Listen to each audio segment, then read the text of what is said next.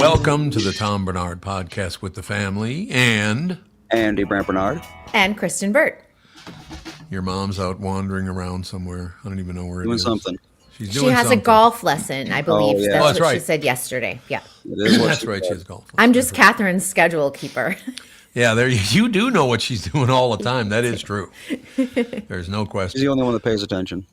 You know, I got to tell you guys something because somebody asked me to look for something because they saw it on television, on like YouTube TV or whatever.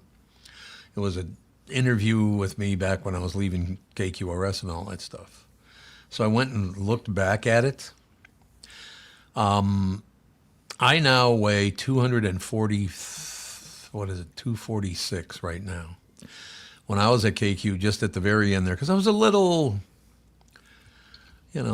distracted by this person buying this, and then they were going to buy that, and then we're going to go here, and then we're going to go out to LA, and then we're going to go to New York, and we're doing all these different things. But I, back then, so I weigh 246, 245, 240, right around there now. And so I want to lose about another 32 pounds. But I looked at those interviews when I weighed 315. I looked quite a bit different when I weighed 315, I'll tell you Yeah, that. I would say so. I looked a lot different back then. But, it was a very stressful period because you had all these people who knew nothing about radio that were getting into. One of the things that is destroying radio, and most of the companies that own radio stations don't know what the hell they're doing. I don't know why they did that, but, you would think you'd get somebody who knew what they were doing in radio if you're going to buy a bunch of radio stations. Don't you think? Well, if it's private equity coming in, it's going to be a bunch of people that are going to just cut got the it. staff and don't care about creative or anything else like that. And I mean, it's been as old as time too, with studio executives, versus Yes. creative. And a lot of times one just has the business side in mind. The other side only has the creative in mind. And Right. every once in a while, there'll be that one executive that has the creative mind and the business mind, and they do something incredible. But those stories are few and far between, unfortunately. They are indeed. But, we had a 40 share. It's the highest rated morning show in America. And they came in and it took them less than 6 months to destroy it. Yep. What does that sound? It sounds like a coffee maker or something. Where? Hold on one second. I'll see if it's me. Is it me? No. Is it me? Kristyn. Yep, it's coming from your end, Way It's to Kristyn. go, probably the Kristyn. heat. It's probably the That's heat. Hold fine. on. That's not a Oh, big deal. the heat. Jeez. Yeah. Don't worry about it. What is it, 75 there? It is. Let me tell you. I think it's in the 40s this morning. Wow. Really? Is it? It's just turned 50, but it was in the 40s this morning. It was about 46 this morning. Ooh. That is Yeah, that's pretty typical cool. for California winter, and our homes are not insulated. Right. So Right. it feels very, very chilly inside too.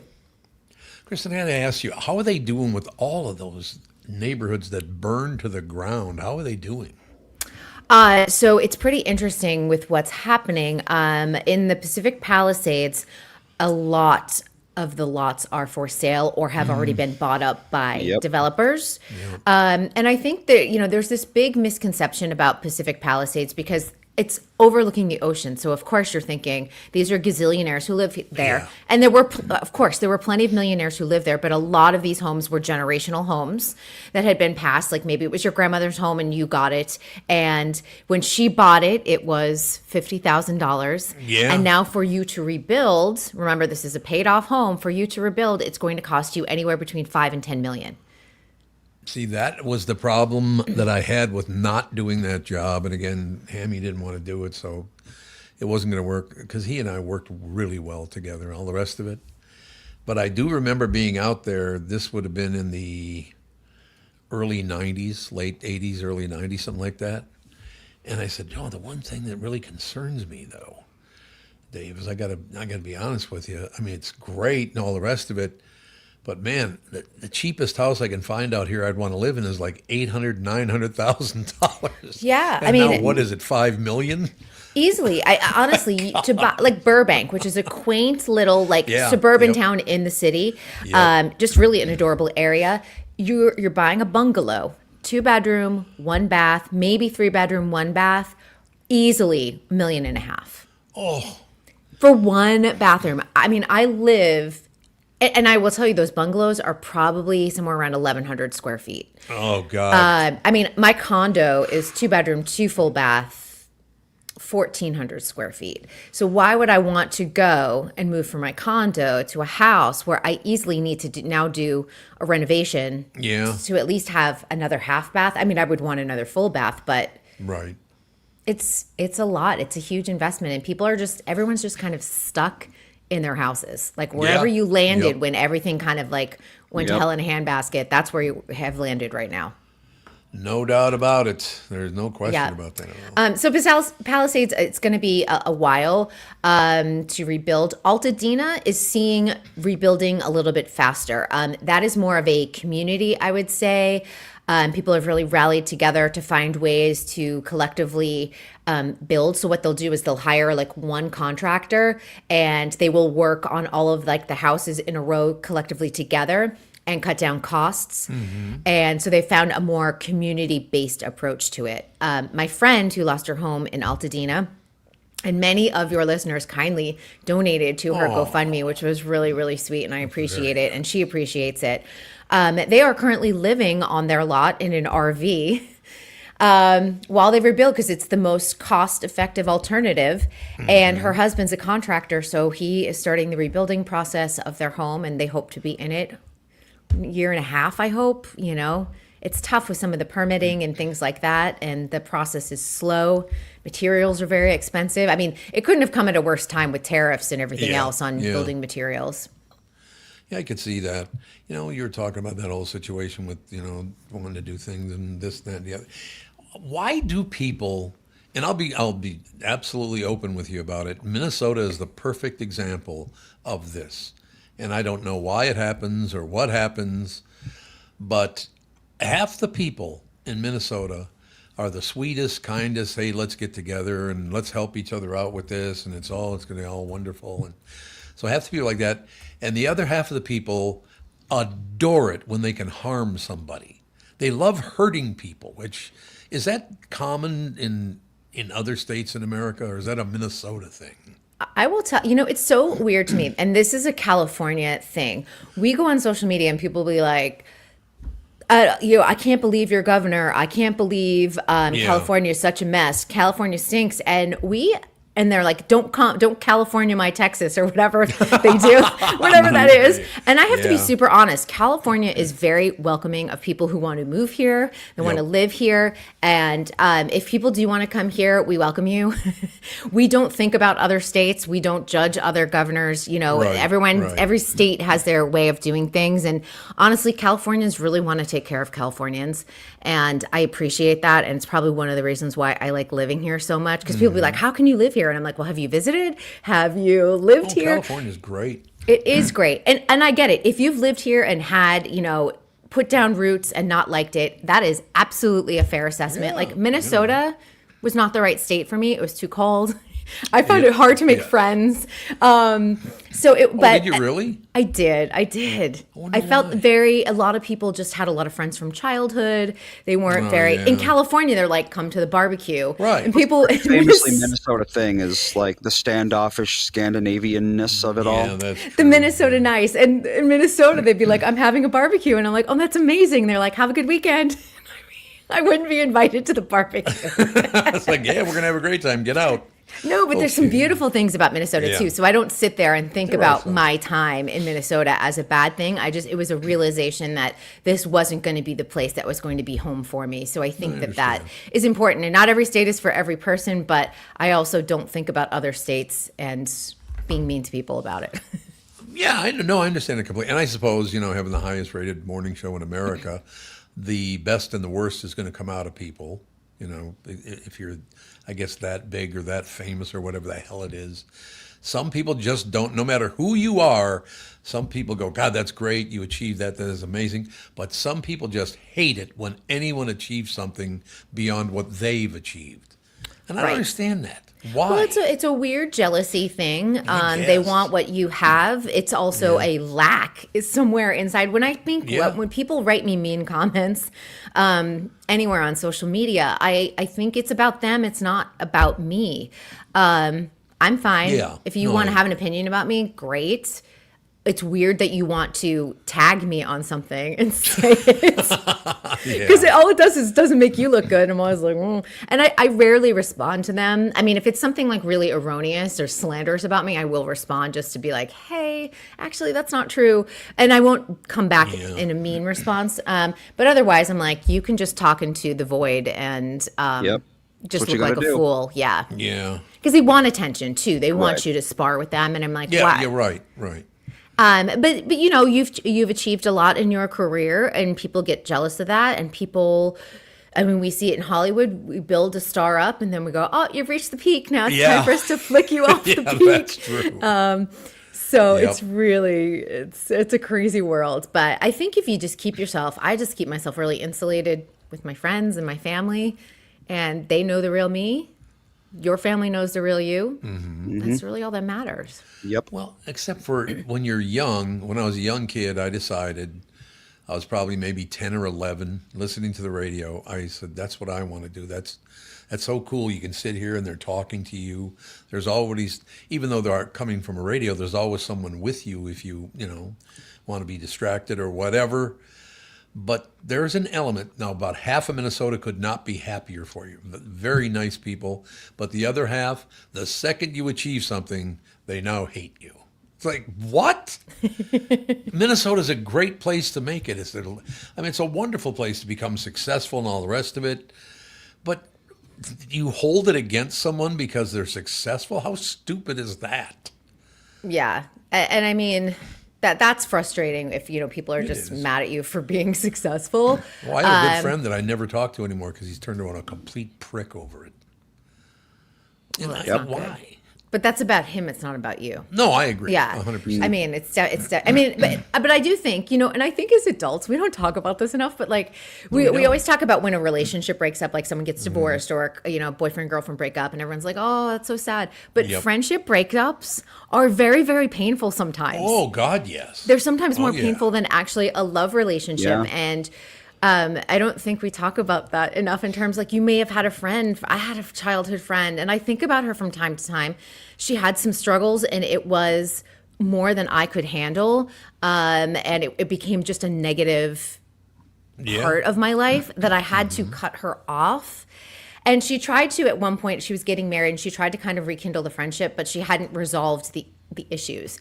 So Okay. So it was one of those situations that I was like, I think about her. I only wish the best for her, and I do miss her because we had this beautiful, Yeah. from the time we were like 3 all the time up to the time we were about maybe 35 or something like that. And it's you think about that, and that's hard. And I'm sure for you it was hard to let a friendship go. No, it is. I mean, it's just so weird. The one thing about people I really just hate is their money grubbing. I hate, you want to make a lot of money, get off your ass and go work. Good for you. Nobody's forcing you to go out and earn a bunch of money. Why? I don't know. I've never understood why people get pissed off about money. If you can't make it, that's different. And you should get some help. Yeah. But if you can just go out and get a job and make it, what are you complaining about? Shut up. Although right now it's very hard to get a job for a lot of people that are Well, unfortunately I unemployed. suppose, yeah. Yeah, I mean, but that's let's not just who I'm say talking we were about. talking about it 5 years ago when Yeah. employers were begging people to come work for them. Yeah. Yeah. There's definitely right now it's hard. So I have empathy for anyone that's trying to look for a job. I mean, does it all just, there must be an ebb and flow in this. I'm asking both of you and all our listeners, obviously. There must be a tide that people rise. They wouldn't just do it by themselves. I don't know what the hell that's all about, but it's like, you're successful. I couldn't be happier for you. Good for you. I mean, Kristyn, look at what you did.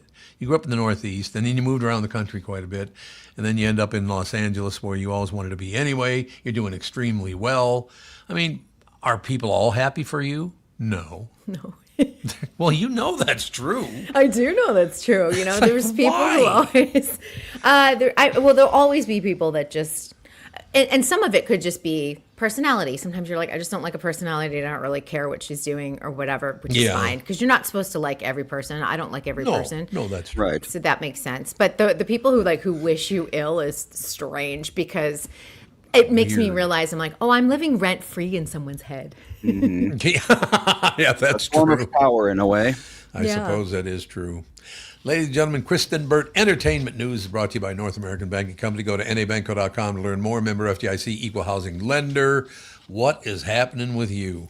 In Hollywood. Well, this is going to be the Wicked weekend, of course. So The Wicked weekend. this is the Wicked weekend. They're tracking to make about $150 million at the box office. Holy hell. Which that's a lot of money. That's a lot, of which money. is good. Which is good for the box office, of course. Yep. But it's kind of interesting because last week they thought, all of the people who track box office and money and things like that, that Glenn Powell was going to carry Running Man to the top of the box office. And that was not true. It wound up being the third installation of Now You See Me. And what I thought was interesting, because they always do demographics of like who is going to the movies. It was women who actually said no to Glenn Powell, who's supposed to be like the next hot, young movie star, and said yes to Now You See Me, which we haven't seen since 2016 in terms of a franchise. So Hollywood's been building up Glenn Powell as like the next Tom Cruise going to save Hollywood.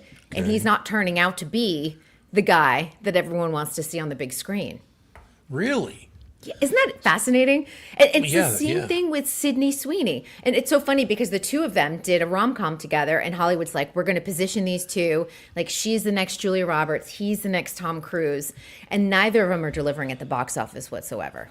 But nobody goes to the movies anymore, do they? Well, they're going to go this weekend to see Wicked. They're going to Yeah, see that's Ariana true. Grande Yep. and Cynthia Yep. Erivo. So, and obviously, Wicked is a very recognizable franchise, thanks to the Broadway show, of course, and just even the basis of it, Wizard of Oz in the books. But it really shows how selective people are being at the box office. Why are they going to see Now You See Me, which was the third movie in that franchise, but Running Man, which was a reboot? They weren't really interested in seeing Glenn Powell at all. And they had him on Saturday Night Live Really? as the host. So you knew that everyone in Hollywood was working every angle to be like, Right. this is Glenn Powell's, big coming out moment. Didn't happen. How old is he? He's in his late 30s, I believe. Oh, it's a tough time to take a Yeah. punch like that. Yeah. And Glenn Tom Cruise is Powell. mentoring him. I want to say he's like 36. How old He's is he? 37.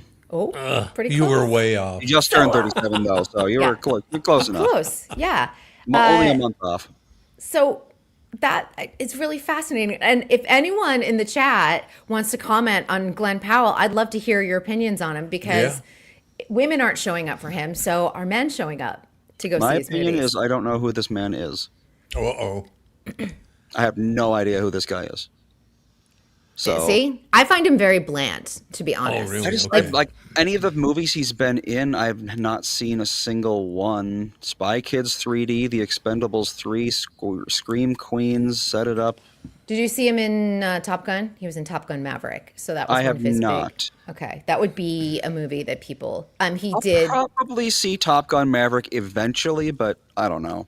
Like I said, right now it's all just kid stuff, and Yeah. now we got a 1-year-old who is going to be in the next probably year or two getting into things like that. So it's going to be another cycle of what kids shows is this one going to be into, Right. and what kids Right. movies are we going to be watching. Yeah, you move into that second tier of Yep, children's movies. second order effect. Chad Powers was another, the Hulu series that Glenn Powell did. So this past fall.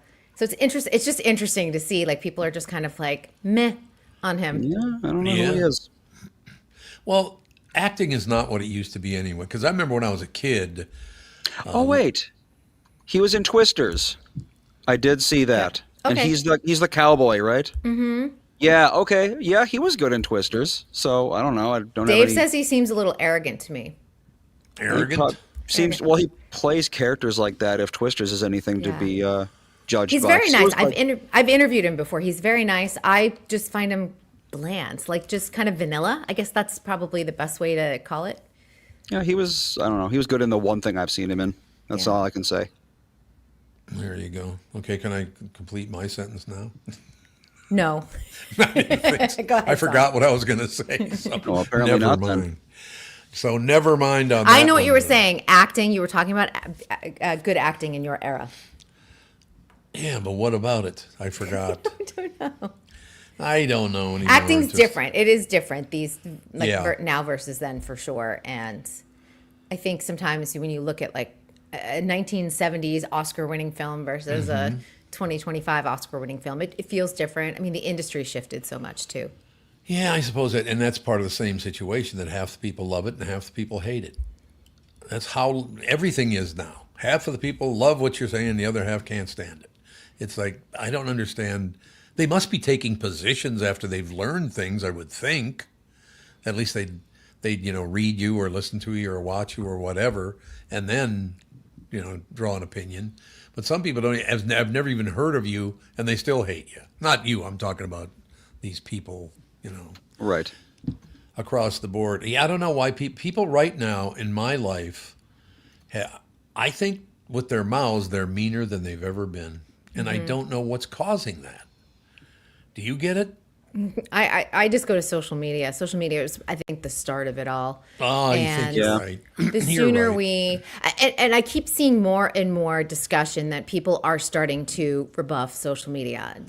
I just saw a really big BBC special on it, and it was just interesting to see how people are finding that you literally need to go outside, put your phone down, and people are feeling depressed because they're scrolling all day. Yeah. And it's bringing them down. It creates a feeling of isolation, and it's kind of reaching a fever pitch. So I do think that we will start to see people rebuff. It'll never go away, but I think people will use it less and less.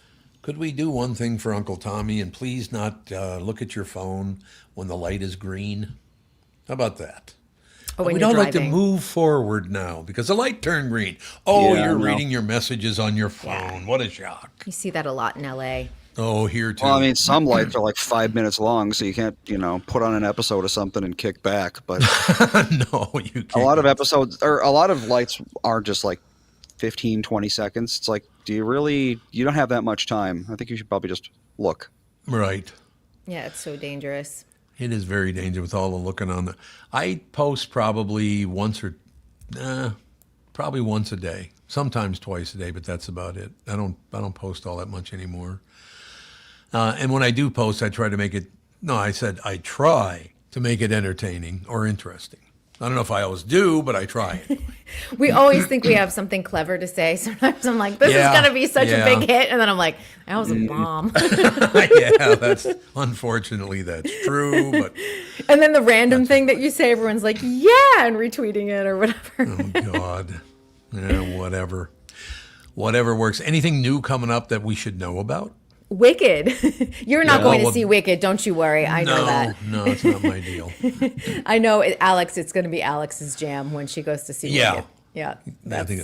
What is this, like the fourth one or something? Or is It's it the the same? second and final one. So it's only 2 chapters. God, That was the third. I thought this was the third. No, this is the second.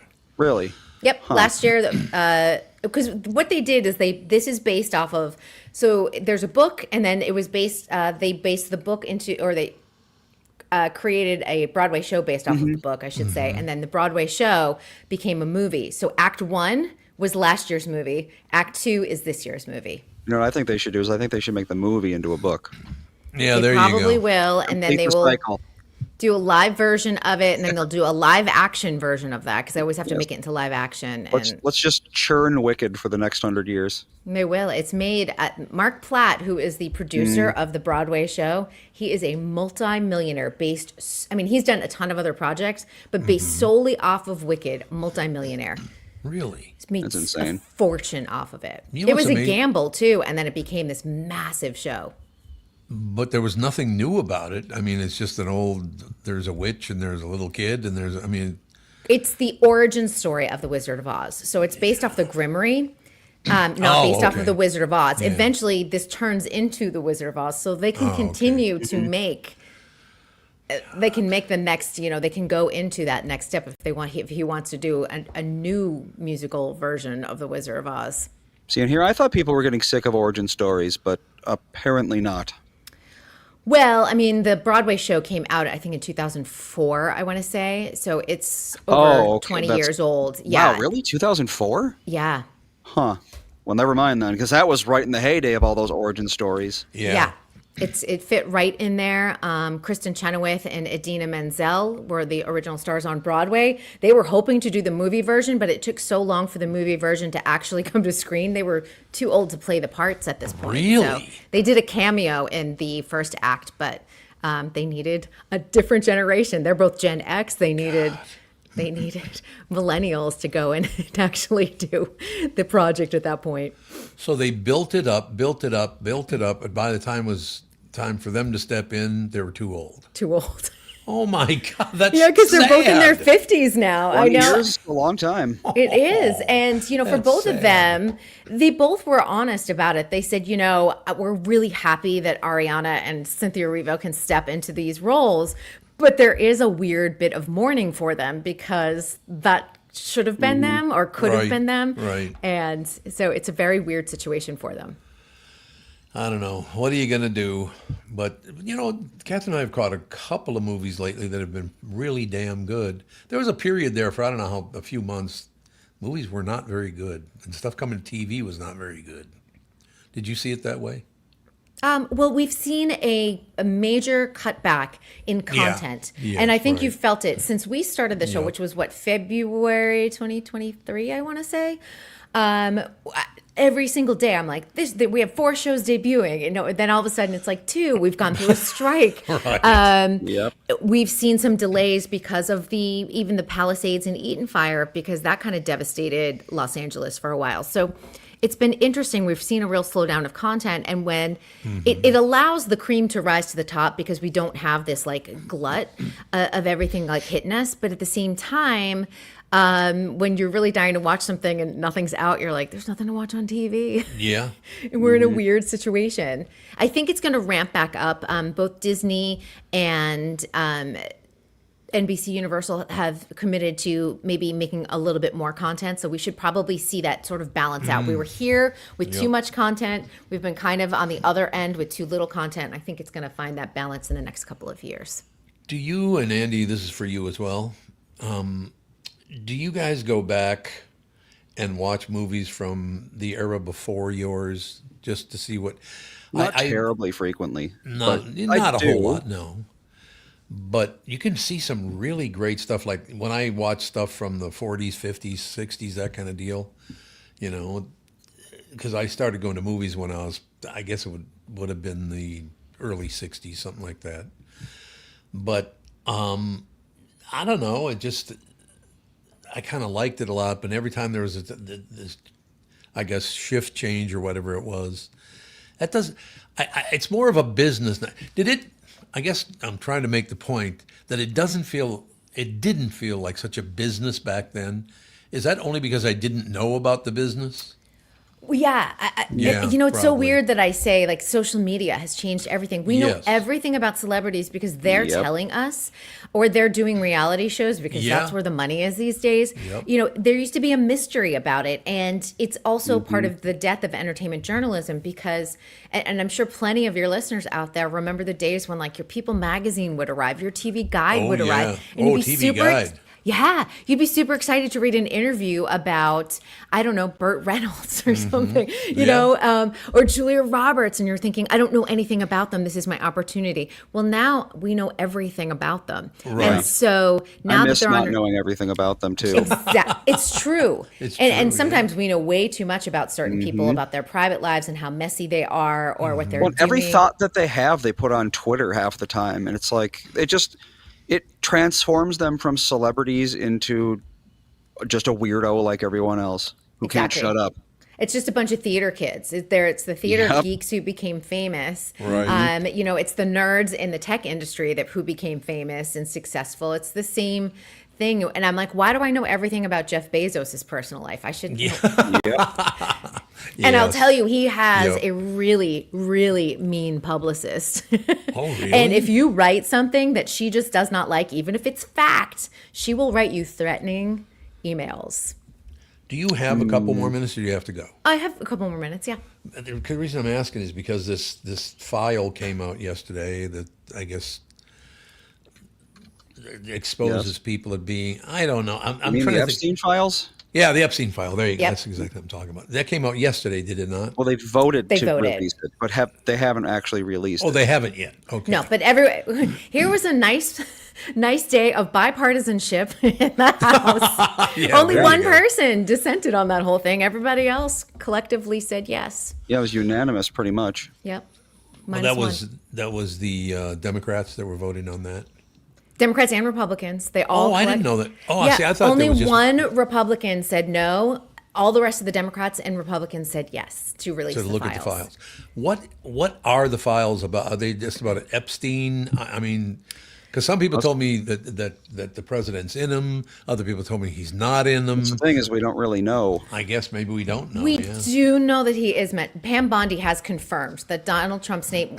And let me just very, Right. very, very clear. We don't know if Donald Trump was involved in any sex trafficking. As of right Right. now, the evidence Right. does not state he was involved with sex trafficking, but it appears that he knew that there was sex trafficking or underage, or the fact that underage girls were involved with Jeffrey Epstein based off of emails and some of the evidence. His name is mentioned in the hundreds in these Epstein files, but it appears that Donald Trump had some type of friendship with Epstein going as late as 2017, I believe, maybe 18. Even though he said that he cut him off many, many years before. And yes, before everyone starts going, well, there's Democrats in there too. This is a nonpartisan issue. Right.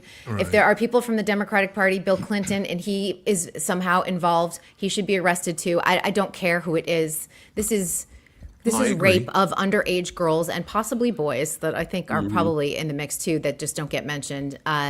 Anyone who is a part of this in terms of sex trafficking needs to be held accountable. Because the No only question. person held accountable is Ghislaine Maxwell, who is in jail. And she has all the evidence, but she won't give it up because she's hoping Right. for a pardon from Donald Trump. But Oh, she's hoping that Donald Trump pardons her. Really, I didn't Yes. even think about that. yes. That's a good Yeah, point. she's That- hoping. I mean, she's already been. Here's the thing: she's already been moved to more of a cupcake type of prison. yeah. And she has access and privileges that a lot of her fellow inmates do not have. Like she has access to a therapy dog and things like that. So and she's reportedly getting better food. So there is some money. weird. Yeah, Andy's great point. He said, why is there only 2 people convicted in this? You're absolutely right, because as far as we are seeing, there are former prime ministers involved. Obviously, we know that the former Prince Andrew was clearly involved. Right. And that he's not only settled a civil suit, but he was not only involved financially, but listen, we lost Virginia Giuffre, who was one of the victims of Epstein. She Oh, yeah. committed suicide earlier this year. And she's not the only one. And the survivors, and they believe that there are over 1,000 of them. And I'm sorry I'm going on about this, but I've covered this ad nauseum since 2020. So I've done research. I've had interviews with a lot of the victims and some of the authors who have written books and people who have investigated it. And 1,000 that we know of. 1,000 girls and young women whose lives were completely altered by this. And it's not just a sex trafficking ring; it's a financial ring that just went it went global. It went so beyond what we even will ever know. I think that's the saddest part. I mean, Governor Bill Richardson, who's no longer with us, was very involved with this. Really? Mm-hmm. I don't understand that. You've gotten famous. You've gotten wealthy. You've got a great family. You got a great wife. You got a great husband, or whatever. Why would you want to mess that all up by going to some hornball party or whatever the hell It is a power thing. It is 100% a power thing. I think sometimes people become so rich and powerful that there's no other thing to do. And then they wield their power in very weird ways. And I hate that this is actually a political issue, because it is the number one reason why sex abuse survivors or victims don't come forward, because everyone's like, it's Democrats, it's Republicans. No, we shouldn't be fighting about this. We should be worried about young men, young women, girls and boys who are victims, period. I don't care who you vote for. No, I agree. No, see, that's the good part of it. Maybe there's something we can finally come together and go, this is all crap and it needs to stop. Absolutely. And it makes me very frustrated when, and I was really happy to see the results yesterday that collectively people are all like, okay, this is something we need to get to the bottom of. And until it's released and until it reaches a somewhat satisfactory conclusion in terms of on the legal side of this, because it's never going to be satisfactory for the poor people who were victimized. Right. It's going to impact this administration. So they need to resolve it somehow.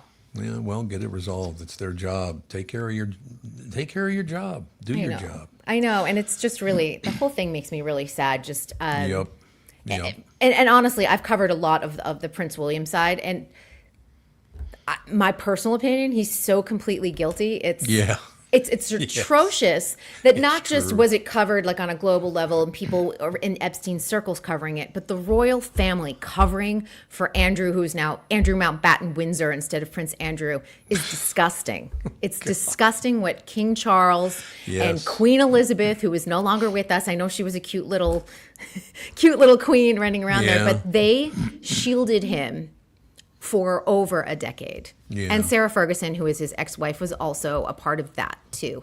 Not in terms of trafficking, but involved in the financial aspect of Epstein and Ghislaine Maxwell. And so that is on record. I'm not even speculating on that. I've seen all the research in the papers and the court papers and the documents. I got to be honest with you. 64 years ago, I was talking to a friend of mine's father. Really nice guy. And all the fathers in my neighborhood, not all, but most of the fathers in my neighborhood were very nice to me because my father was gone, right? So it was a very, very nice situation. Every one of them said, Tommy, I know I'm not your dad, but I'm kind of like keeping an eye on you. And there must have been 10 fathers that said this. Okay, no, we're going to keep an eye on you, make sure everything's okay. But don't forget, the only thing that people care about is fame and money. I'm like, wait, I'm only 10. I'm only 10 years old. Never too early to learn. Yeah, I guess it's never too early to learn the business. I suppose that's true. And it's some people don't do it for, use their fame and money for good, unfortunately. No, they do not. No. Well, great show today. Thank you so much. Of course. Good to see you guys. Talk to you tomorrow. Bye. Kristyn Burtt Entertainment News brought to you by North American Banking Company. Go to nabanco.com to learn more. Member FDIC, equal housing lender. We'll be right back in a couple of minutes. Very special guest coming up next. From Bradshaw and Bryant, Michael Bryant. What's up, Pally? Oh, not much. Doing my usual thing of telling people they shouldn't be texting and driving. In Minnesota, you can't have your phone in your hands. You can use, hands-free, but you can't have your phone in your hands for whatever reason. And that's why they made the law the way they did, so that police officers could see a phone in your hand and you got no excuse for why you got it there. Do people know that that's the law? I hope so. I mean, they used to follow it, and then kind of COVID kind of made people forget. And now it's like a freewheeling world out there with cell phones. Let's say you get pulled over because you do have a phone in your hand and you're not watching where you're going. You got to be in pretty big trouble then, I would guess. Well, the first one's not as bad. It's the multiple ones, the problem. And once people start stacking them up, then they have a big problem. And then what we're doing in car accidents is we've started bringing motions for punitive damages, because I'm trying to use the civil law any way we can to stop this, because it needs to stop. Whenever I'd had any problems in my life, who was that I called again? It was like an MB, something like that. Bradshaw and Bryant. Let's take a second to talk about my bank. That'd be North American Banking Company. As a business owner, you're always looking for opportunities to grow, and that's where North American Banking Company can help. Their business banking team offers tailored solutions, whether you're expanding your team, opening a new location, or upgrading equipment. Because they're locally owned, loan decisions are made right here in the Twin Cities, which means faster approvals and more flexibility to meet your needs. If you're ready to take your business to the next level, why not bank with my friends at North American Banking Company? Visit nabanco.com to learn more.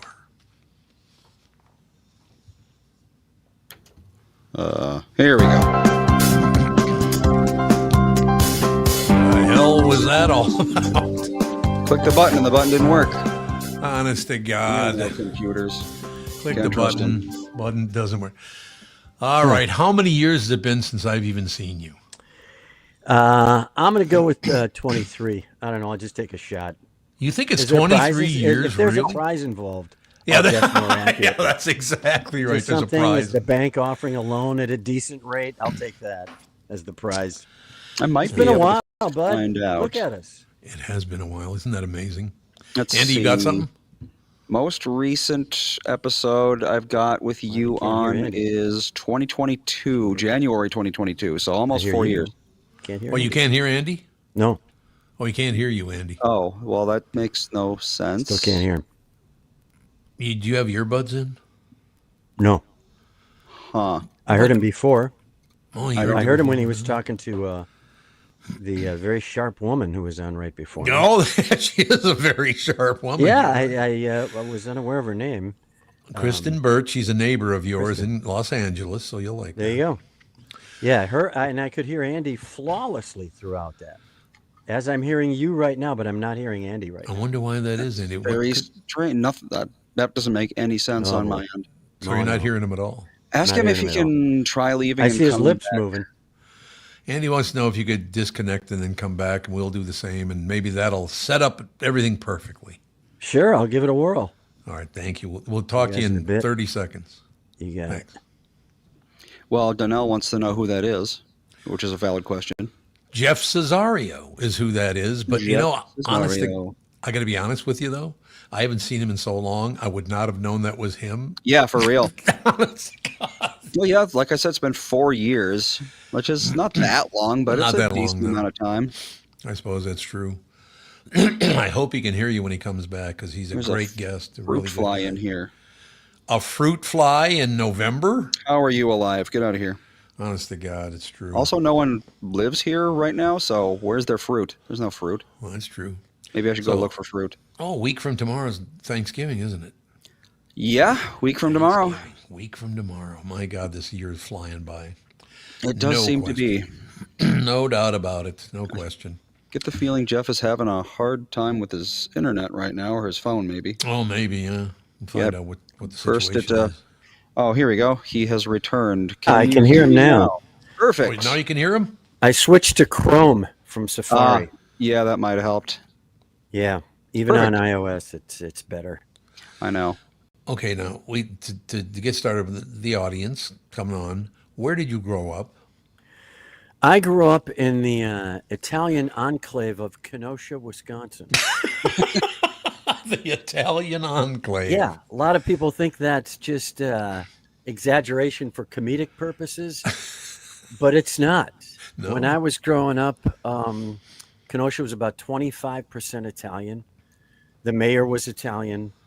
People in Wisconsin were not sure of this whole Italian thing until Vince Lombardi. Then Oh, of course. Then they settled down and went, all right, let them stay in Kenosha. But if they get anywhere north of Hales Corners, shut them down. I got to be honest with you. We drive down to Florida every year. I guess it's October sometime. And I love going through Wisconsin. I mean, Minnesota, Wisconsin, side by side, no question about it. But Wisconsinites are some of my favorite people in the world. I just love. They're very straightforward. Trevor in the chat, he's all excited now. He's from Wisconsin. There you go. There you go. Yeah, there you He go. spent a tablet in the chat there, so that's Trevor. He couldn't quite pull the trigger on we should all be against sexual abuse. He couldn't pull the trigger on that. But then Wisconsin joined the conversation, That's right. and he's all in. They mentioned Wisconsin. Well, I'm how good much to go. can you really say about the Epstein files, right? Yeah, exactly. Now, you mentioned that you were sort of group raised in a neighborhood with a bunch of you sort of had surrogate dads virtually everywhere. Yes. Yeah, but I also remember you saying at some point that that you grew up with a lot of Italians. So I'm guessing some of these dads may have been Italian. Oh, there's no question about it. Yeah. Yeah, I mean, Mr. Forte. Mr. Forte was an organ grinder. What do you think wow. of that? That's going back a ways. Back a ways. It's a- Bring that back. Oh, yeah, right. Very Right. little On barrier top to of the entry. thing. Hey, you do what you got to do to keep the family. Hey, if you've ever heard the phrase, if you've ever used the phrase, I would not wish that on my worst enemy. Yeah. You're not Italian. Yeah, that's true. That's a good point. Italians will double down on that. Yeah. I wish that upon you. I wish that upon your dead spirit. I wish that upon your grandmother. Burn in hell. And that's for like a Yep. parking space. You know, they go to the mattresses quick. So yeah, Wisconsin people are fantastic. They Super are. nice. And the state's beautiful. They don't want to offend anyone. Yeah, I can see that. No offensiveness, which is why the Packers have only scored like 8 points a game. They don't want to be too offensive. They've won too many Super Bowls already. Yeah, same with the Badgers. They don't want to be offensive. No offense at all. Those two freaking teams. Oh my God. But you know, it is kind of lucky if you live right on the border in Minneapolis, St. Paul. You have all of Minnesota. You got all of Wisconsin. You can head down to Iowa. I mean, the Midwest, I do love the Midwest. There's no question. The upper about it. Midwest, Upper particularly, Midwest, yes. is extremely fun. And I think there's a lot of, if you look at like maps of like public education in the United States, it's like all north of Springfield, Illinois. I mean, then it kind of picks up. Yeah. Yes. Like resistance to disease, north of Des Moines. It's all up there. People tend to live healthier, Yep. drink more, but live healthier. And I think it has to do, that's like the southern end of the boreal forest. And then you get further south, it starts to get kind of swampy. Yep. And it starts to get hot and muggy. And then there's bugs as big as your fist. And you go, I don't need to have to file a flight pattern if I'm a June bug. Okay. Leave that down south. Up north, it just clears out. If you go into the woods up north, you know who your enemies are. It's the bear and the wolf. That's it. Right. The That's occasional true. cougar. Good point. You don't have to be standing there going, this is a beautiful view. Oh my God, there's a snake on my leg. Doesn't happen in the North Woods. Doesn't happen. Doesn't. True.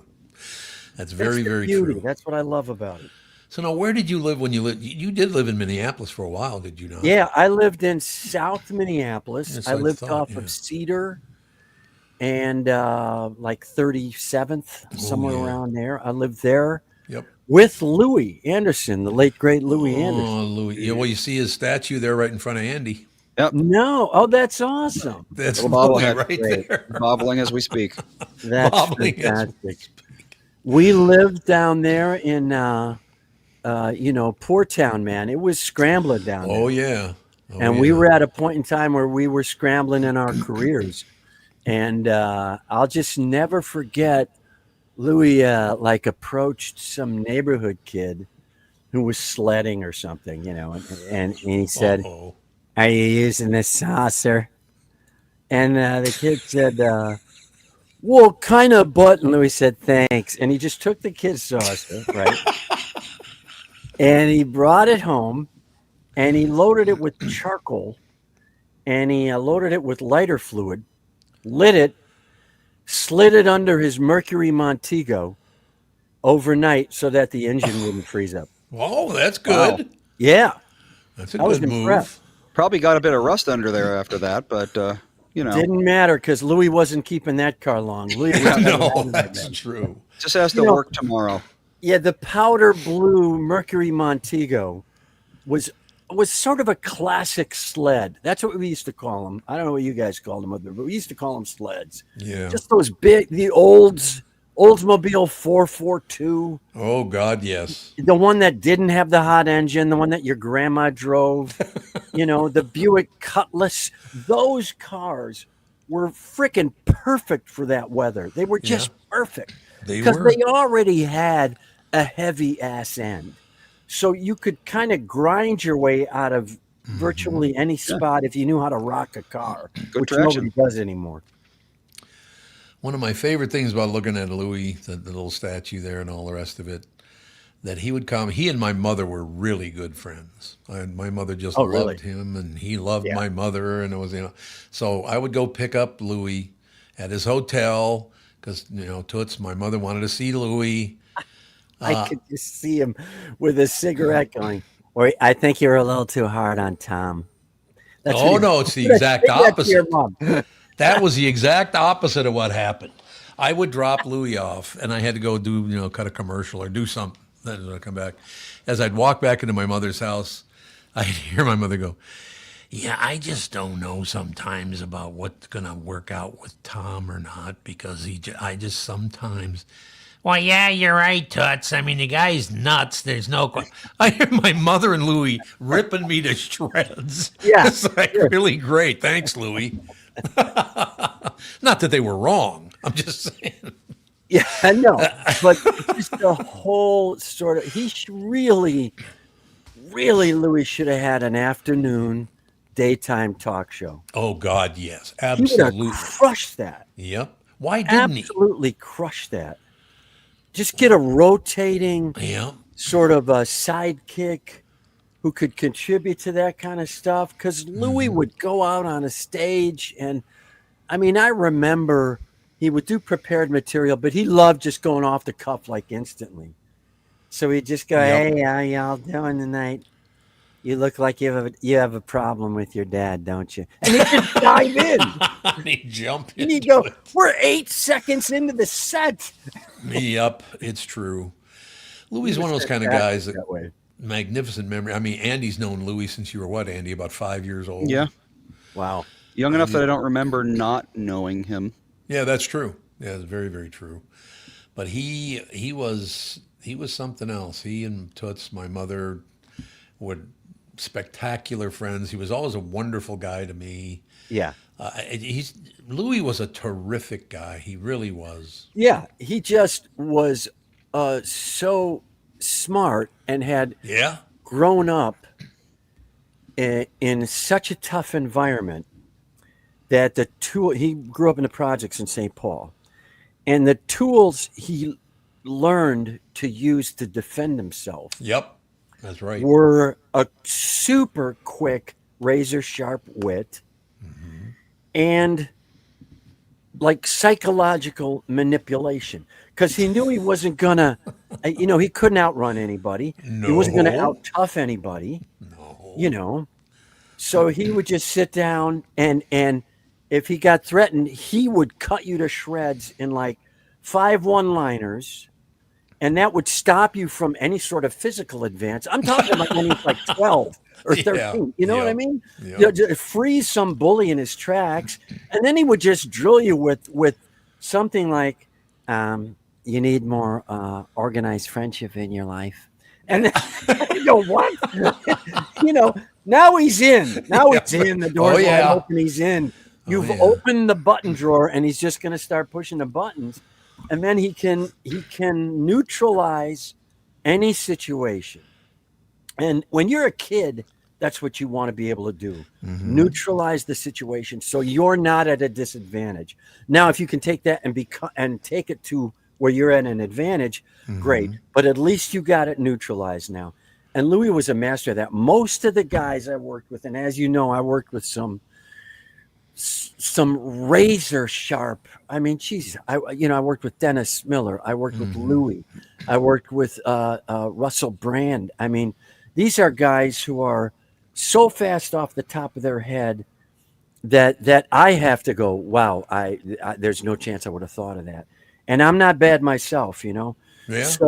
So those guys uniformly have tough childhoods that they had to use that quick wit to neutralize the situation. It was like spraying laughing gas. Yeah. It was like, bam, 8 seconds of that. Everybody goes, "Oh, okay." And then you start to get the smarter, tough guys on your side because they go, no, you don't mess with Louis. Louis our smart ass. You don't mess with, you know what I mean? Yep. Now you got the situation scoped. It was true for Russell Brand too. Many people don't know Russell Brand was a fat kid. Russell started out as a fat kid, and bam, man, when you've been using that muscle since you're 2.5, Yeah. you are firing, man. You are jacking one-liners out before anybody can even unholster their gun. It's amazing how fast those guys work, and I believe it was out of necessity. And Dennis the same way. Dennis grew up in a tough area of Pittsburgh, and his dad was a cop and then wasn't a cop, and that was a bit of a mess. Yeah. And and his brother, his oldest brother, was very athletic, was a jock, and he just, there's no way you're going to compete with that. And I used to wonder to myself, why did Dennis and Miller and I hit it off immediately when we both got to town? It puzzled me because I thought, I'm sort of this nice guy from Wisconsin, and he grew up in this tough neighborhood in Pittsburgh, and we're both lippy, and we're, kind of two sides of the same coin from a comedy writing standpoint. He always took the edgier side. I took the little nicer side. And it dawned on me like 2 years ago. I said, oh, we're Rust Belt kids. We're Rust Belt kids with no discernible talent to try to get laid. Bam! Instant connection. That's biological right there, baby. So I'm telling you, within the first sentence of meeting each other, we were like brothers. That was it. And we hung together the entire time. It is a wonderful, we're just talking to you brings back all these magnificent memories, looking at Louie's little statue there in front of Andy and all the rest of it. I remember he was at our house one time in Golden Valley, and Catherine is sitting with her back to the door, and Louie's kind of sitting to the right. So they both kind of had their back to the door, but Catherine was directly, and Louie was about, 75% turned away from the door. But that living room had what, would you say, Andy, about 15 windows in it, something like that? Oh, yeah. It was all window. It was all windows. So as I'm walking in, I can see Louie, and he didn't glance over at me or anything, but I knew he could see me. He didn't indicate that he could see me, but I knew he could see me. As I'm walking in, Louie says to my mother and Catherine, "Don't you think Tom's a little self-involved?" Yeah. It's like, thanks, Louie. Welcome home, Tom. Great talking to you. It's like he had the hot fireplace poker. Yep. He knew when to kind of, let's turn a log and see if we can't burst up an 8-foot flame. It was fun. It was just brain. It was like people use Wordle for that now. Yeah. Louie just stirred the pot, Denny the same way. I mean, and I know you've had your run-ins with Dennis, but I'll never forget, we were playing pickup basketball. He was staying with me. It was right when he got SNL.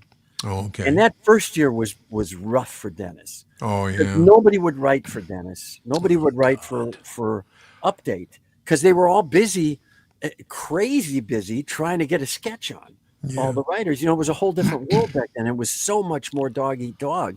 Well, I don't know how much more, but because I believe it's still that way. But it was. I think the room is mellowed, but back then it was kind of cutthroat. So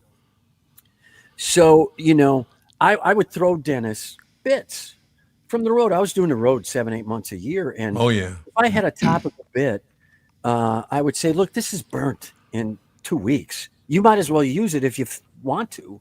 So I would feed him stuff, and when he came out to California, he would crash on my couch because he wasn't making any money yet on SNL. Right. And so we would go to the junior high nearby and just shoot hoops.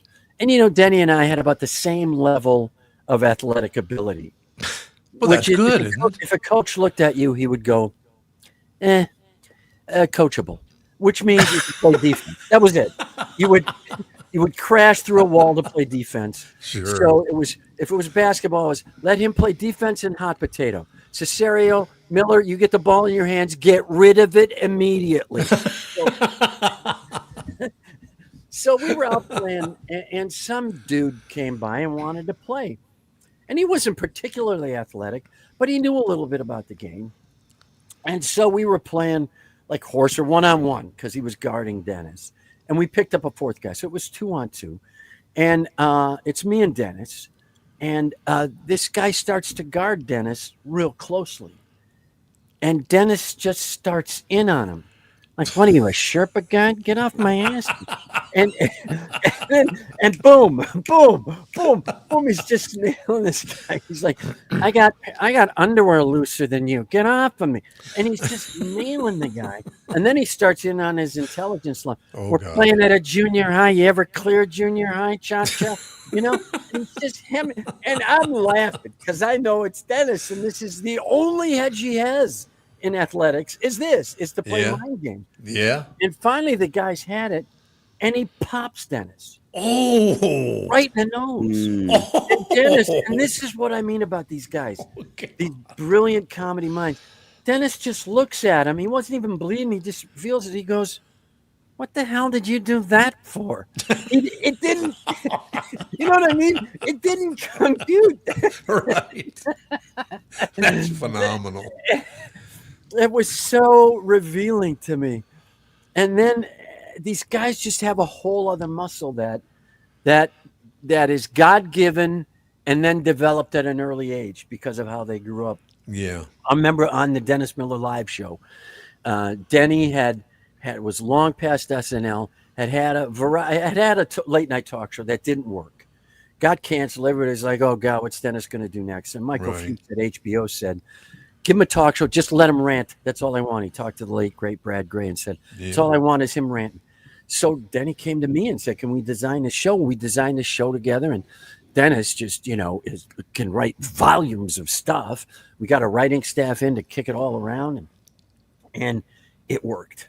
Long story short, it worked within 6 episodes. We won 2 Emmys in our first 6 episodes, which is shocking. It's just amazing. So all of a sudden, I went from just some jerk stand-up whom HBO is going, yeah, he's cute. Could we get a real producer in here? That's nice. Literally within Feels 2 months, good. they were like, all right, you're the comic whisperer. Can you get on the Chris Rock show? Can we get you? I mean, they just like thought, I was, able to talk comics into doing anything. But we went through a series of directors on Dennis Miller Live, and it was a pretty simple show to shoot because you just stayed on Dennis.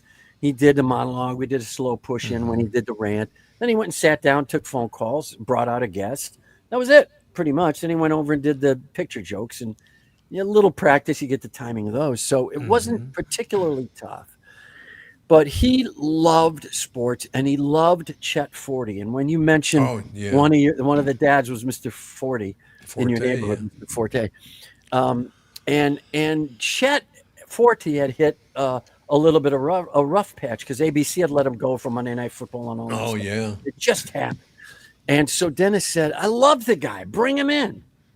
So we bring him in, and suddenly Chet Forte, the most famous director in all of sports, is directing the Dennis Miller Live show. So I'm like, wow, this is fantastic. Normally, because we were live, normally I'm out on the set making sure everything's going well. Once in a while, I would go into the control room just to make sure everything was cool. So we're doing, and as you may remember, we were we had a theme every week, and the theme this week was humility. And Dennis is doing his rant on humility, and that's just a tight shot of Dennis, black background. He's going off on this rant on humility and how I don't care how big you get in show business. You got to understand where you came from. So I'm hearing this, and I'm going, okay, the rant's going great. I go into the control room to see if everything's fine. I'm standing, for some reason, this never, ever happened. I'm standing right behind Chet Forte, who's sitting down, looking at the monitors, calling cameras, directing the show. And I hear Dennis go, so humility is really a key. You have to know the names of the people you work with, for Christ's sake. And the other thing, and I hear him stumble, and then he goes, hey, director guy, I'm up here. Pull the camera up. Hey, director guy. There you go. Director guy. And Chet Forte goes, did he just call me director guy? That little son of a bitch. And he gets up like this. He's going to leave and beat the shit out of him. I happen to be right behind him, and I just push him down. He's a bull. I push him down by his shoulders, and I go, Chet, it's just Dennis. It's like Chinatown at that point. It's just Dennis. Let it go. I had to Chinatown him at the end. physically pushed Chet Forty back into the chair. Oh my God. Wonderful stories. Can we take a break? Sure. You stay with Yeah. us? I hope. I got I'm time. I hoping. don't have to feed the cats for another hour. So Oh, there you go. We I got got a great little- timing then. It's all great timing. We'll take a break. Be right back in a couple of minutes. Why should your business bank with North American Banking Company? Here's Pete Wolf, owner of Robinson Rubber of Robbinsdale. I partnered with North American Banking Company because I was able to talk to the president, and I know they have my back. They are much easier to talk to than those larger banks. The openness and flexibility has been the best part of banking with North American Banking Company. They understand small to medium businesses. No matter what part of the bank I am working with, North American Banking Company has the latest technology and friendly staff. I would absolutely recommend North American Banking Company to any of my closest colleagues if they want to have peace of mind in their business. So why not bank where I bank, with my friends at North American Banking Company? To learn more about North American Banking Company, go to nabankco.com. That's nabankco.com, or do what I do and stop by any one of their 6 Twin Cities locations. Member FDIC, Equal Housing Lender. It is Tom for Wellshire Alzheimer's and Dementia Care Facilities. Well, here's the deal.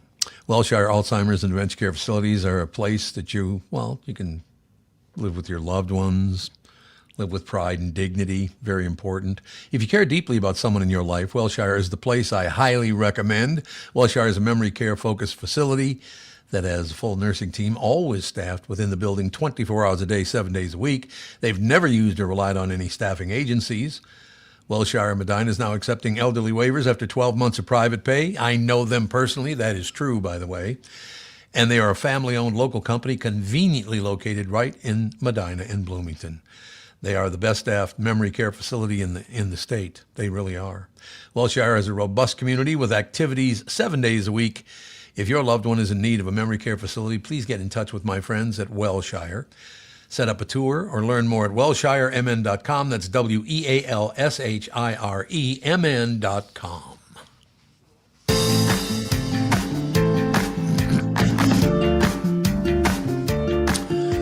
We are back, ladies and gentlemen. There's an Italian with us, an Itai. That's all we need. There's no question. Oh, no, it's great. Honest to God. I just, how many years have I known you now? We met in 82, God, it was 1982. 82. That's what, 43 43 years? Oh, my God. Yeah. Pretty good. Longer than I've been alive. 43 years. Yeah, it's longer than That you've been help? alive, Andy. That's true. Yeah. That is unbelievable. Yeah, I know. What was it? I have talked to you about this before. It was decades ago, though, because you're now talking almost 40 years ago. All the rest of it, not almost. It is 40 years ago. But I just looking back at why that show worked the way it did, because you guys immediately responded to all the stuff. Do you guys know how do you know ahead of time whether that's going to be a good experience or not such a great one? Or do you just roll the dice and show up and do it? You roll the dice, show Yeah. up, do it, evaluate, and say, I will never do that again with that person, or I will do it again. Well, I mean, how many times did we have a comedian on this podcast, and after the show, they were like, that's not at all what I was expecting. I was expecting, go on there for 5 minutes, you tell your couple of one-liners, you say, oh, I'm going to be at this comedy club at this time, and then you leave. Yeah. And they were like, I wasn't expecting to be here for 40 minutes talking about all sorts of stuff. And, a lot of because they really don't, they don't have the time, because how many, like when you're on tour and you're promoting yourself, how many of these shows do you go on in a week? Even nowadays, and especially with podcasts, you're still doing, I would say, a good 3 to 5 of these a week. Yeah. And I'm saying you're getting in Wednesday, and you're slamming 4 or 5 of these in between then and Friday afternoon. Yeah, no, So like you're no one's doing going to be. a day. Yeah, No and- one's going to be like listening to these things ahead of time, because it would take you like all day to like scope it out. So it's just like you got to hope. Yeah, and you kind of, it's like golf. You develop a club for every shot, So when you walk into an environment, and you can tell instantly when the associate producer is bringing you into the green room, which is, the bathroom with a coffee machine in it. Exactly. That's the green room That's on most true. radio stations. So when you're in there, you can tell immediately how, if the production associate, if there's fear in their eyes, okay, this is one of those 4.5-minute things. Yeah. I'm just going to get out the 7-iron. I'm going to hit 7 jokes in 3.5 minutes, and I'm going to get out of here. And all I got to do is remember before I go in to give them the plug, so they plug it. Yeah. Yep. And give them the 3 setups. And that's the way it is. If I walk into a show like yours, and I remember walking in, even back in the old place out on the highway, where you had the tower right next to you, out off of 100, I think it was. Yep. Even back then, you walk in, people are looking at you. Hey, sit down. You want a donut? Grab a donut. There's donuts.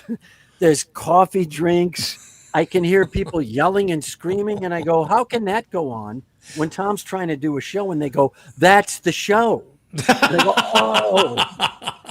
Yeah, that's true. Okay, I got it. Now my coat's off. I'm relaxed. I walk in. I know you got my setups. You'll get to them if you want. And I knew that the first time. Oh, really? Yes. You just intrinsically understand. And you go in, it's a relaxed atmosphere. Mm-hmm. You can bust chops a little bit. Oh, yeah. And that's sort of a gateway drug in that environment. If I walk in and go, hey, glad you dressed for the occasion, whatever it is, boom, zap somebody. They're laughing. Everybody else on the crew is laughing because you busted the one guy. So now you're in the chemistry already. Yeah. And then you sit down and then you know how to interview, know how to give the space. And then, man, you're just off and running. You're just off and running. It's like a playground versus a video game. A lot of those shows, you just keep it tight, keep it right in here. And then you were like, hey, we got about 150 yards of concrete here.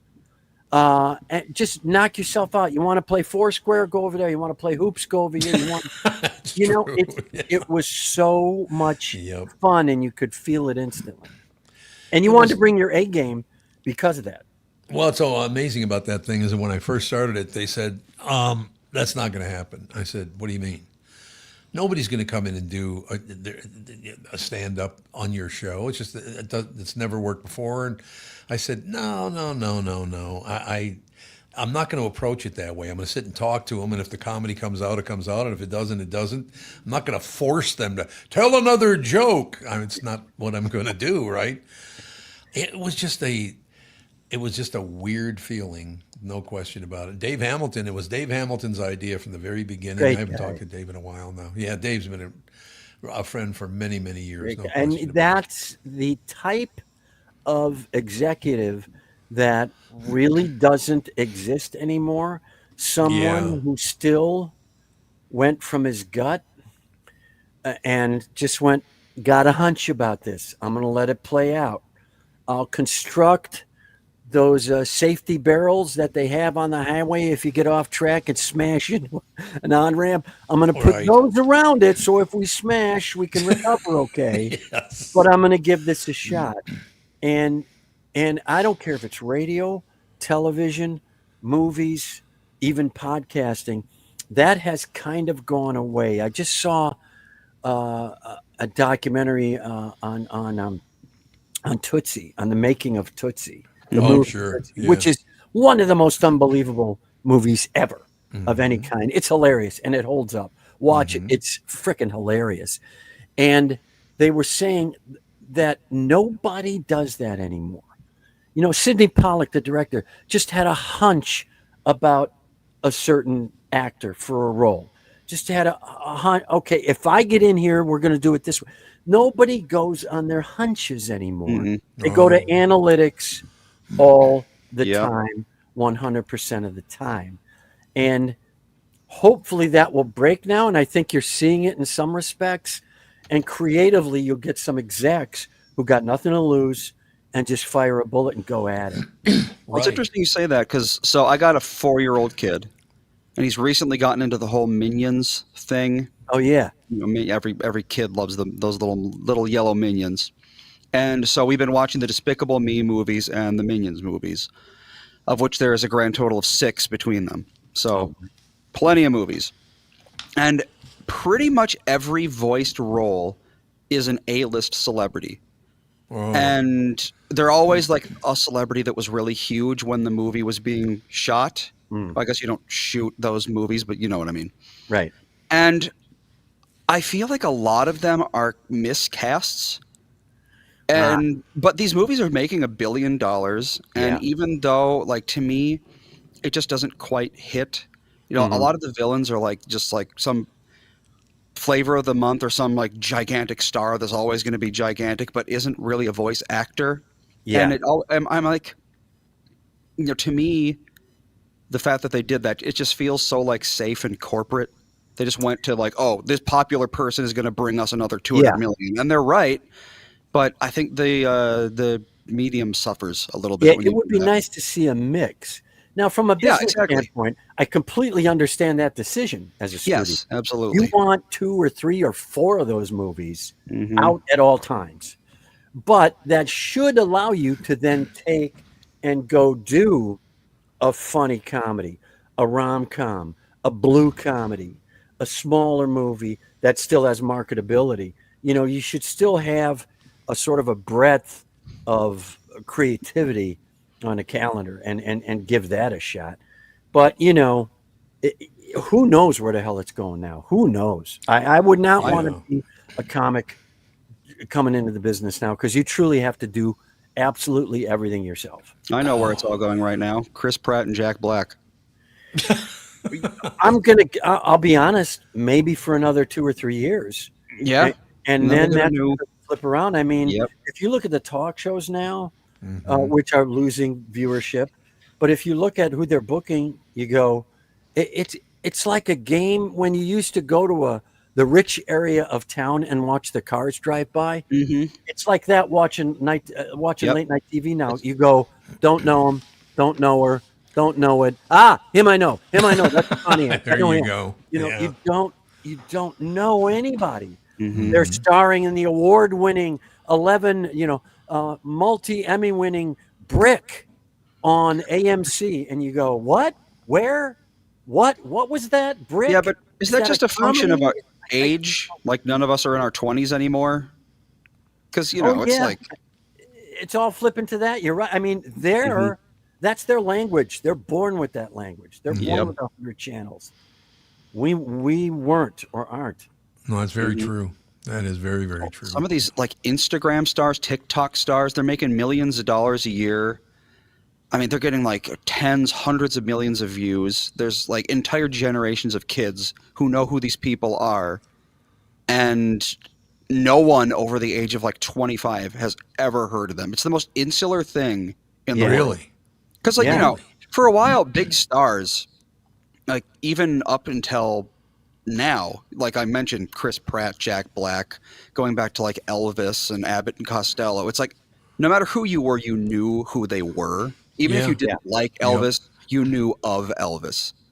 But these Instagram stars, they appeal to such a very small subset of people that like even these people's friends and parents have never heard their names before.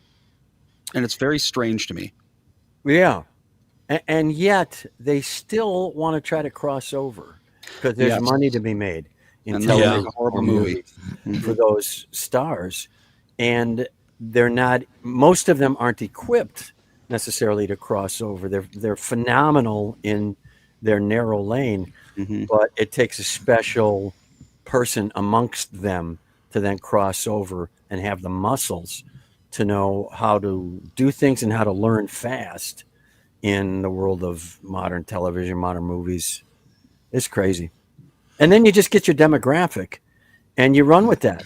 It's the same with politics on either side of it. I completely understand far right-wing podcasters. From when I was doing Bill Maher's first show, Politically Incorrect, I would do that show with like Cal Roberts and Tucker Carlson. This is 30 years ago, 35 years ago. God. I was on a panel with them, And they were just nice guys who had, for some of them, I'm not even sure they were that politically passionate. They just found, oh, if I do this, I get this demo.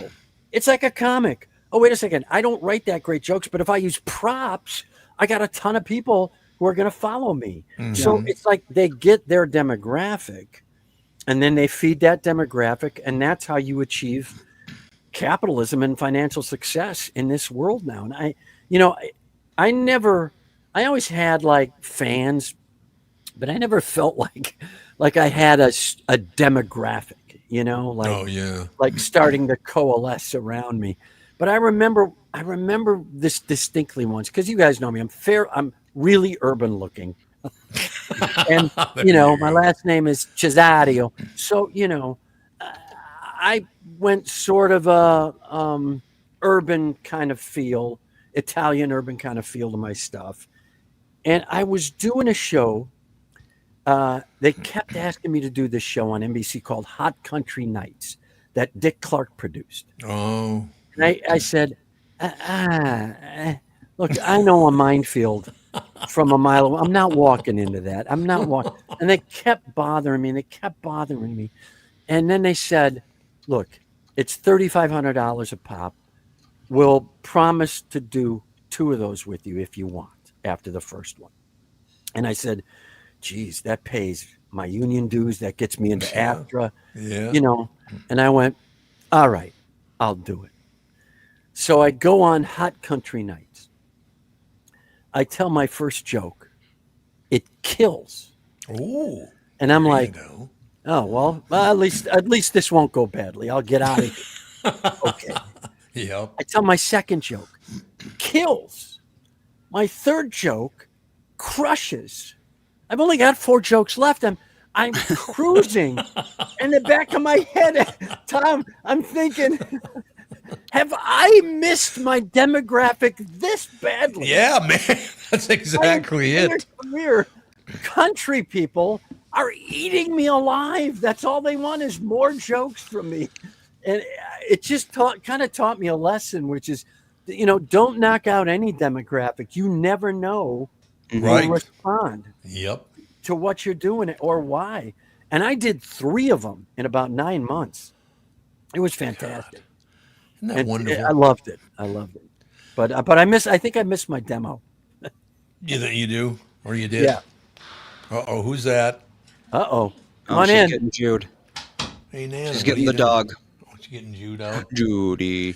He was pretty much asleep, wasn't he, the whole time? He always is. He always didn't is. bother. I will say that the first couple of times you called the dog Jew, I was a little concerned. Jude. Yeah, we have that problem in West Palm Beach quite frequently, if you can imagine. You gotta hammer that consonant on the end of that for your guest. That's kind of why we call him Judy or Judith, even though he's male. Yeah, even though he's going to call him Judy. Yeah. I guess we call him Judah? I don't know. Oh, Jude is Hey, good. Jude. Hey, Jude. Salute to the Beatles. Paul McCartney, Have you had Foxworthy on?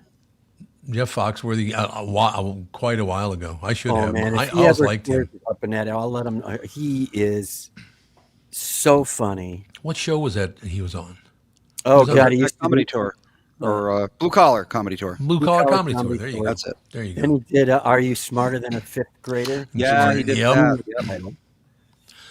But Yeah, I'd love to do that. That's great. there is another switch around where when I heard Foxworthy, and it was kind of in vogue to sort of criticize Jeff when he got hot Oh, really? because he's just the you might be a redneck guy, Yep. Yeah. you know. And I kept listening to his stuff, and I went, "Oh my God, this dude writes a joke." Yeah. Unbelievable jokes. I don't care if it's hooked or not.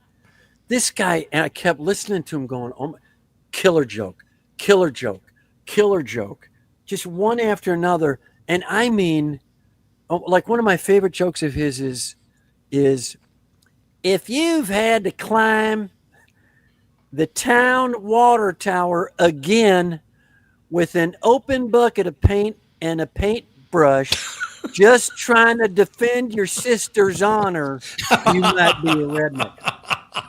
Listen to that joke. That is what a picture that paints. Oh my God. I went, this guy's freaking genius. He can write anything. Well, that was during the period where if you weren't doing a 40-minute edgy monologue, you weren't really taken seriously. Right. Yeah. And he brought the whole like one-liner thing back. Yeah. But for a while there, it was like, about the hook, just went right at it. for And a I while remember you the had first to be like time- Mr. Negative. Yeah. The first time I ran into him was on my way out to California, driving my Gremlin from Minneapolis to Denver to Gremlin. headline, and then from there to LA to move in and live Sure. there. Yeah. And I saw a cassette tape at a truck stop, and it was "You Might Be a Redneck If." And I went, wow, who is this dude? I've heard about it. This is incredible. And then I had him on the podcast. I have had a podcast for a long time, but I've suspended it because I'm doing other things. But I had him on the podcast, and I was about to ask him a question about the business end of it, because I thought, wow, what a genius. He knows his market so well.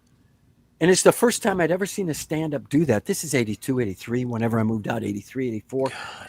And he's the only comedy cassette in the rack is his. It's all country music and Jeff Foxworthy. And I thought, that guy's a genius.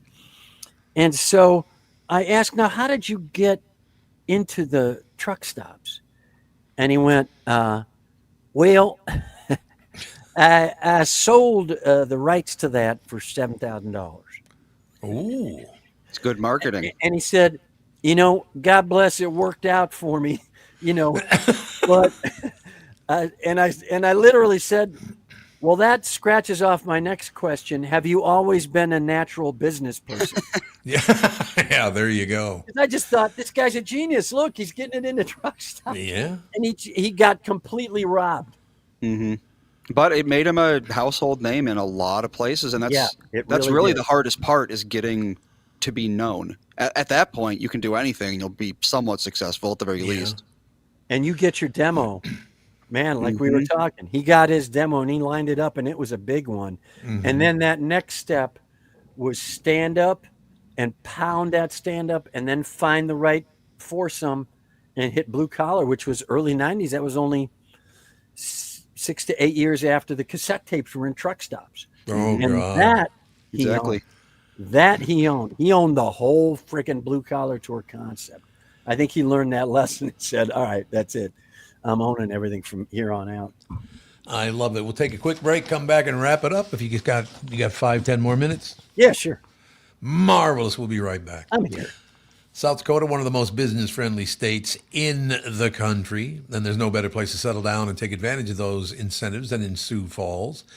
As the state's largest city with a metro population over 290,000, Sioux Falls has low business costs with a high quality of life. There's no state, corporate, or personal income tax, no inheritance tax, no limits to what your business can achieve.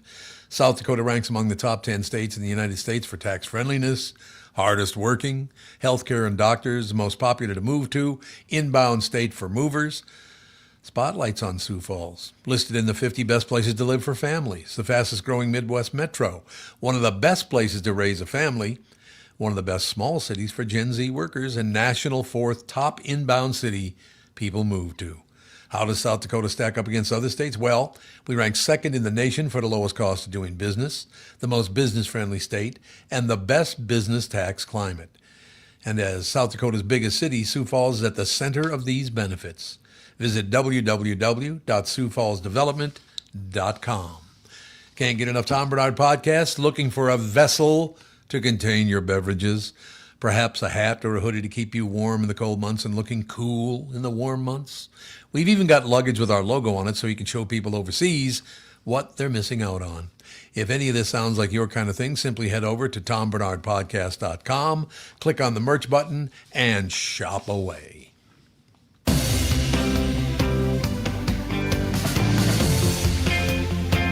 We are back, ladies and gentlemen. Jeff Cesario. So where are you now? I'm in Los Angeles. We're between the floods, the fires, and the ICE deportations, it's been a laugh riot. I suppose. Sounds really interesting. Yeah, So you how know, would- that's what we need in Los Angeles. White kitchen help. Yeah, that's what you want. yeah, there you go. Our specials tonight are bologna gumbo and deep fried sushi. Our vegetable is SpaghettiOs. Please don't kick everybody out of the state, for God's sake. Oh no, deep fried sushi sounds like you might have a thing going there. It's called a fish boil. It's called a fish boil. It's not sushi anymore at that point, I suppose. Right, exactly. So I'm in LA, man. Yeah, Working, that's helping the family out here. My wife and my daughter, who's in high school, and then I'm doing. I'm thinking about trying to do some stand up. We'll see how that goes. Get out and maybe do a few dates, and I'm working on a couple of writing projects. I got a kids book I'm working on, and then I got a television project with a very good young actress who's also a really good writer. So we're pounding that. And I met her through a buddy of mine from Kenosha. It's his Kenosha, Wisconsin, ladies and gentlemen. and he, Dan Fornero, this is how rich Kenosha was. This is how good Kenosha was at getting good teachers. They had such good music teachers that there's, out of this dumb little blue collar town, there's like, the principal oboist of the Chicago Symphony was from Kenosha. I mean, yeah, like insane. And Danny Fornero, trumpet player, tremendous trumpet player, him and John Fumo, another Italian trumpet player from Kenosha, got so good they came out to California, top call studio trumpet players. And then Dan Fornero he's the guy who played all the lead trumpet on Phil Collins stuff. All of Phil Collins stuff. All that classic Phil Collins stuff. Right. Yep. That's Danny Fornero on trumpet. And we went out for breakfast one day. He said, "You should meet my daughter." And now I'm writing a TV show with his daughter. I always And she wonder how actually has management that's interested still in trying to do their job. So they may actually go out and sell the thing. We'll see. How does someone decide to become an oboist?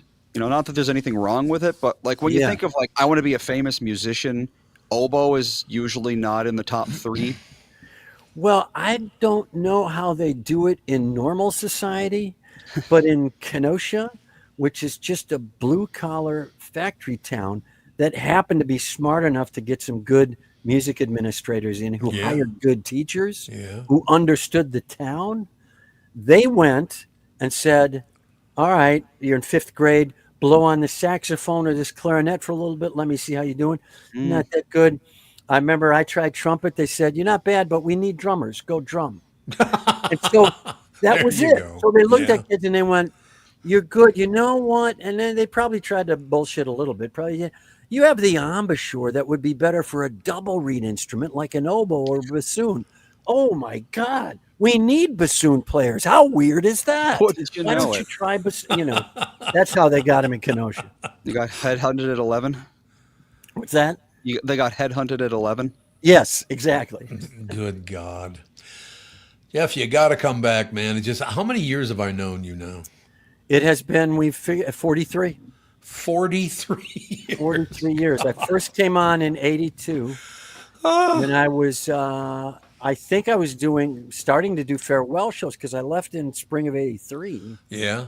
So I was probably trying to get on to push those. And I got on. I think I may have got on once with Louie. Oh, yeah. And was smart enough to lay back and just dive in if I had a really good one. And I think you said, he was funny. He opened his mouth 3 times and he was funny 3 times. Bring him back. So I think that's how I then got into just do a solo appearance. So you were on before the KQ morning show then? I was on right at the cusp of that. Oh, because that was As it 86 being it started. developed. What's that? That was 86. No, he's talking about the first one, Andy. That was in 82. Yeah. What show was that? That was Out on the highway, whatever That was that was. KQ Morning Show. Yeah. Yeah, you wouldn't remember that, Andy. I was the first time I was on the KQ Morning Show, I think, was in 82. Would that sound about right, Jeff? Yeah. Because I remember you had Louie on before he left. Because he was doing a really big show at First Avenue. Tom and And- Dan, that's what it was. and Tom he and had- Dan. No, that was the one. That was the second one. That was the second original- one. Yeah, that was the one that started in '86. Well, KQ Morning Show was 86. That started in 86. Yeah, that's when Tom Dan and Dan must Culhane have was been on. just before that. We're going to get to the bottom of this in chat. I know there's some. Yeah, I really think it's pretty clear that we all have to up our Crestor. Yeah, that's right. Level. We get it all taken And then care our brains of. will clear out. But it's so great looking back on all that stuff and being able to, be around actors and comedians and writers and all the rest of it. I mean, how lucky has it been for me to be? I first went on the air at KSTP in 1971 or something like that. 71, maybe 72. So, I mean, over 50 years of having people on and doing interviews. Not very many people get that chance. It's just magnificent. That I am so grateful for the life I've had because of people like you. And by the way, Minneapolis being a great comedy market certainly didn't hurt. Great arts market. I mean, it blew up right when you were hitting it and we were hitting it. It's It like blew up musically, blew up comedically. It was the hot spot. Late 70s, early 80s, and then throughout the 80s, it remained a really hot place into the 90s, clear for music and comedy and everything. It did. And, am I nuts? You started, weren't you like an A&R guy? And you also were like, you weren't ad sales, but you were like an ad manager or something. Well, And you did a lot of started at sort of the business side of it. And then you kind of went, Yep. well, Jesus, these people suck. I don't know that I said I that. can do but this. I didn't know anyone could hear I me. think you tapped into a little bit of what I always thought was your talent was you kind of got a crew around you, some of whom would respond sort of in a positive and funny yes man way, and others who would constantly give you crap. Yes. Yep. And you kind of allowed that to play out. Mm-hmm. And if the guy behind the glass who was just doing sound effects spoke up and said something funny, okay, not too often, but go ahead. And if it wasn't, then you went, you know what, you really got to really just get the donuts, okay? Just keep the comments Yeah, going, there you okay? go. Just- But I mean, you built a show, like a show that nowadays you would just film that, Yeah. and that would be the podcast. That Because is look at the true. podcast. They're pushing this Barstool thing on mornings on Fox Sports Yeah. 1, yeah. Fox Sports 1. And it's 4 dudes sitting around talking. That's all it is. They spent 8 cents on the set. Yep. And that's kind of what it is Yeah. and what it was. Plus, you knew your market. You knew Minneapolis in and out. You knew how to tease them. And man, you got a demo that was insane. It was just amazing. It had a 40 share. It was Yeah. unbelievable. 40. It was absolutely. We did. We had a 40 share. It was like, oh You my should God. call your production company 40 Share Productions. Ah, I there you should, go. yes. Well, when the next time you're in town, or even if you're not in town, anytime you want to come on, I'd love to hear from you. Let's do it. We'll do it. We'll do it when both the Packers and Vikings are out of the playoffs. It will be 2 weeks. It'll be, Should be be a any couple of moment weeks now. It's from going to be 2 weeks. All right, we'll talk to you in 2 weeks. Thank you, sir. You got it, man. How many years have I known you now? My God, it's been a long time. Yeah. But it's been such a wonderful run, hasn't it? God, It has. It's been great. It's been No question. ridiculous to think that I was talking to Jeff Stilson the other day, and we were, saying, how are your kids? And he said, you know what? They're great, but we had an advantage. We had a goal. We had a singular goal. Yeah. When it finally locked in, we had that goal. I'm going to be a stand-up, and I'll do anything till I get there. I'm going to be the biggest thing in Minneapolis radio and morning radio, and I'll do anything until I get there.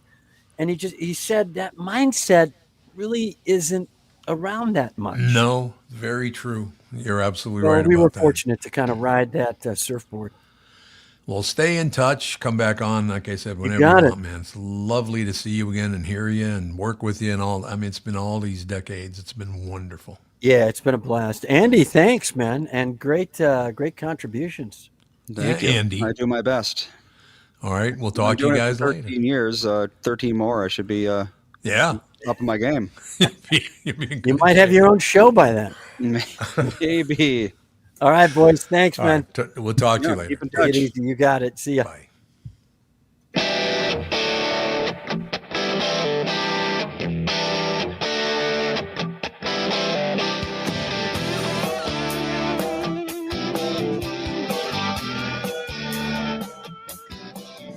Got a picture in my noggin reminds me of this one was before.